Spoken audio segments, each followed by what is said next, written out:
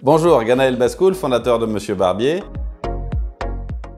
Alors, mon parcours, j'ai d'abord été docteur en sciences de gestion et professeur pendant 3 ans à Subdeco Paris, avant de travailler dans un grand groupe qui s'appelle maintenant EY, puis de créer une première société qui s'appelait Soon Soon Soon. Et depuis maintenant 5 ans, je me consacre à l'évolution de Monsieur Barbier, une marque cosmétique pour hommes, à la fois naturelle, sensorielle et joviale. On s'est étonné du succès de Dollar Shave Club aux États-Unis et en effet, on s'est rendu compte qu'il n'y avait pas forcément de marque premium dédiée à l'homme. Et donc on s'est dit que ce serait une bonne idée d'adapter ce concept en France. Dans l'image de marque aussi, quelque chose d'assez ludique, inspiré de la bande dessinée, inspiré des arts graphiques. Le barbier latin, qui lui était un peu moins représenté. Et donc on était très content de pouvoir adresser ce segment de marché de manière la plus originale possible. L'ambiance générale chez Monsieur Barbier, c'est qu'on est quand même dans un monde de David et Goliath, dans le sens où la plupart des marques cosmétiques appartiennent à des grands groupes. Donc on est petit dans un monde de géants et en même temps on a les mêmes exigences qu'eux, vu qu'on a les mêmes prétentions aux mêmes parts de marché. Donc on doit faire toujours beaucoup avec peu. On est passé au début du bricolage et de la débrouillardise, comme tout le monde, à maintenant essayer d'être un peu des ninjas du process.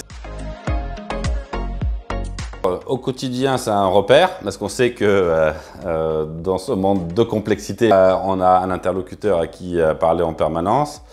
Mais au-delà des soucis du quotidien, ça nous aide aussi à nous projeter à plusieurs années en faisant des bilans réguliers avec eux de ce qu'on disait déjà il y a 1 an, ce qu'on a réussi à faire, ce qu'on veut faire l'an prochain.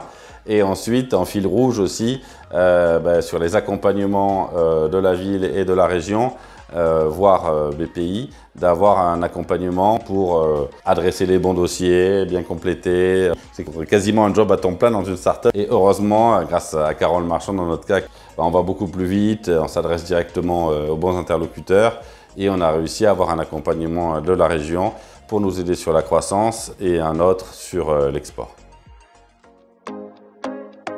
On est plutôt partisan du rendez-vous avec Carole de manière régulière, même si on a participé à plusieurs petits déjeuners ou formations. Ça consiste à nous forcer à prendre du recul sur l'activité qu'on a. Ça nous permet d'être un peu plus intelligents à deux, on va dire, que tout seul la tête dans le guidon avec notre petite équipe.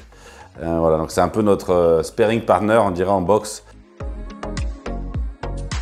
Pendant la pandémie et donc du coup la préparation de la relance, on s'est attaché à s'adresser à beaucoup de pays pour l'export et il s'est avéré que la solution est arrivée par elle-même récemment avec des marques de pays émergents. Donc on l'a fait façon Barbier, comme on dit chez nous, c'est-à-dire avec de l'envie, avec des gens qui étaient super dynamiques et normalement on devrait être dans ces 3 pays d'ici la fin de l'année, alors que c'était quand même inattendu. Comme dans beaucoup d'expériences entrepreneuriales, en fait, c'est rarement le plan qui se déroule comme prévu.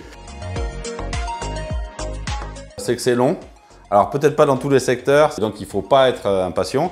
Un projet, il s'épanouira complètement entre 6 et 10 ans, même si ça semble insurmontable à la plupart des jeunes entrepreneurs qui écoutent, parce que c'est une éternité.